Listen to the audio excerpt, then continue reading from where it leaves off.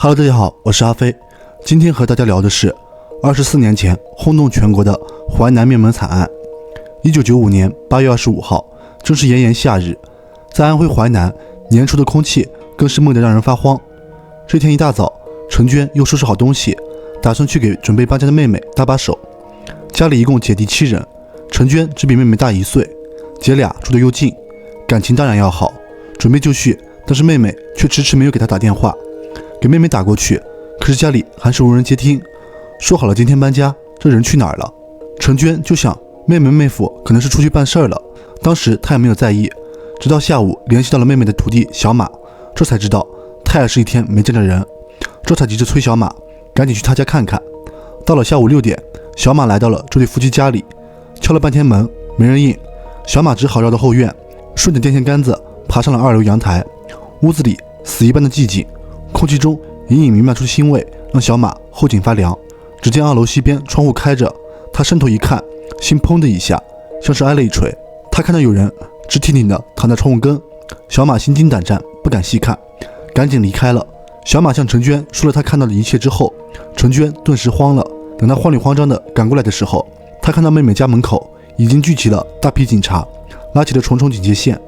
陈娟和陆续赶到的亲戚们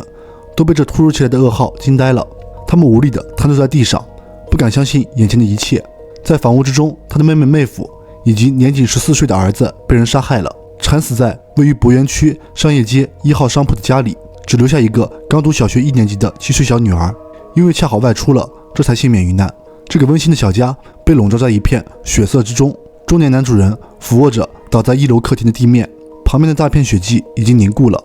女主人被看到在了2楼主卧的床下，而家里的男孩则趴在隔壁次卧书桌旁，脖子上多处刀伤，作业本已经被血浸透了。案件发生后，淮南市公安局迅速成立专案组，安徽省公安厅将此案列入挂牌督办案件，派出刑侦技术专家予以支持。经过现场勘验以及尸检，3名死者被他人用钝器击打，致急性失血性休克死亡。初步判断，死亡的时间是8月24号中午11点之后，室内有翻动迹象，损失财物不详。令人遗憾的是，由于现场被人深度清理，警方只在卧室门把手上提取到了一枚残缺指纹，在洗澡间里找到了一个带有血的棉球，通过血型对比，排除血迹属于死者，这个染血棉球就成了嫌犯留在现场的唯一有效证据。然而在上个世纪90年代，街面上没有监控，公安机关的刑侦技术只能分辨血型，无法精准锁定犯罪嫌疑人，致使侦破工作一度陷入僵局。警方人士回忆此案时说，当时这一家3口人全部遇害，手段残忍，骇人听闻，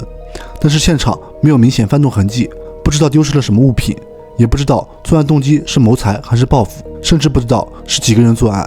被害人的家离最近的派出所只有50米，但是受制于客观条件，这个案子还是成了悬案。线索寥寥，案件侦办陷入了僵局。很快，关于本案的各种猜测传遍了淮南的街头巷尾，一时间人心惶惶。警方了解到，这对不幸遇害的夫妻早年间做电器生意，丈夫平日炒股，家里比较殷实，家庭关系和睦。案发之后，警方围绕着死者3人的社会关系进行了彻底排查，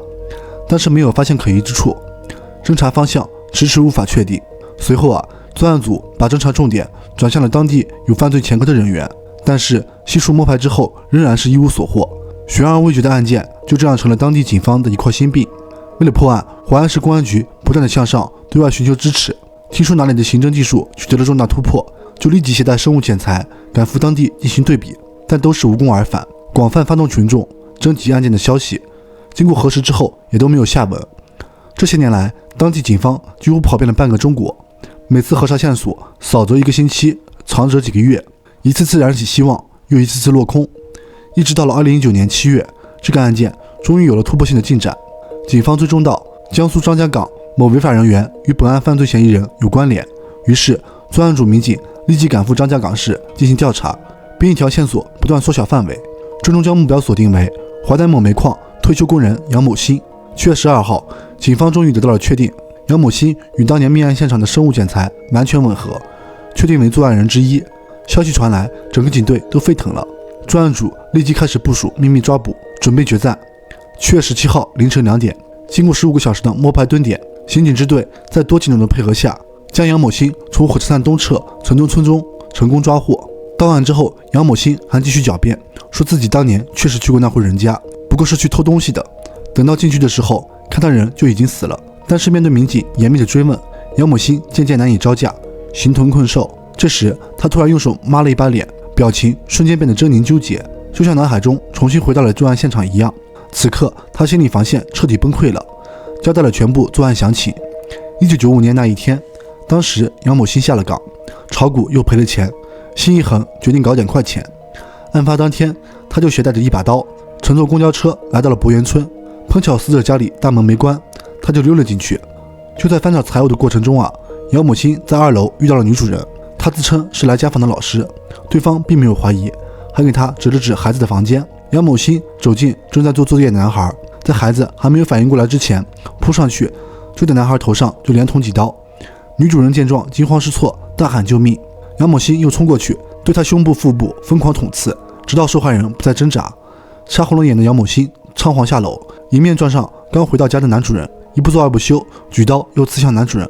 把男主人刺倒在地。连杀3人之后，杨某新带着收罗到的200块钱和一枚黄金戒指逃离了现场。杨某新用毫无波澜的语气揭开了警方苦苦追寻24年的真相。灭门惨案竟是一场没有目标的随机选择，但是他的描述与现场证据完全吻合。细致到办案民警不得不相信。杨某新说，这20多年来，我经常喝酒麻醉自己，但是越想越是忘不了，每天这些画面都像放电影一样在我脑海里重放。民警也没有想到，凶手竟然24年来一直住在案发现场附近。7月18号，警方带杨某新指认现场，这是杨某新作案之后第一次回来。事实上，他作案之后并没有逃跑，而是和家人继续在淮南生活。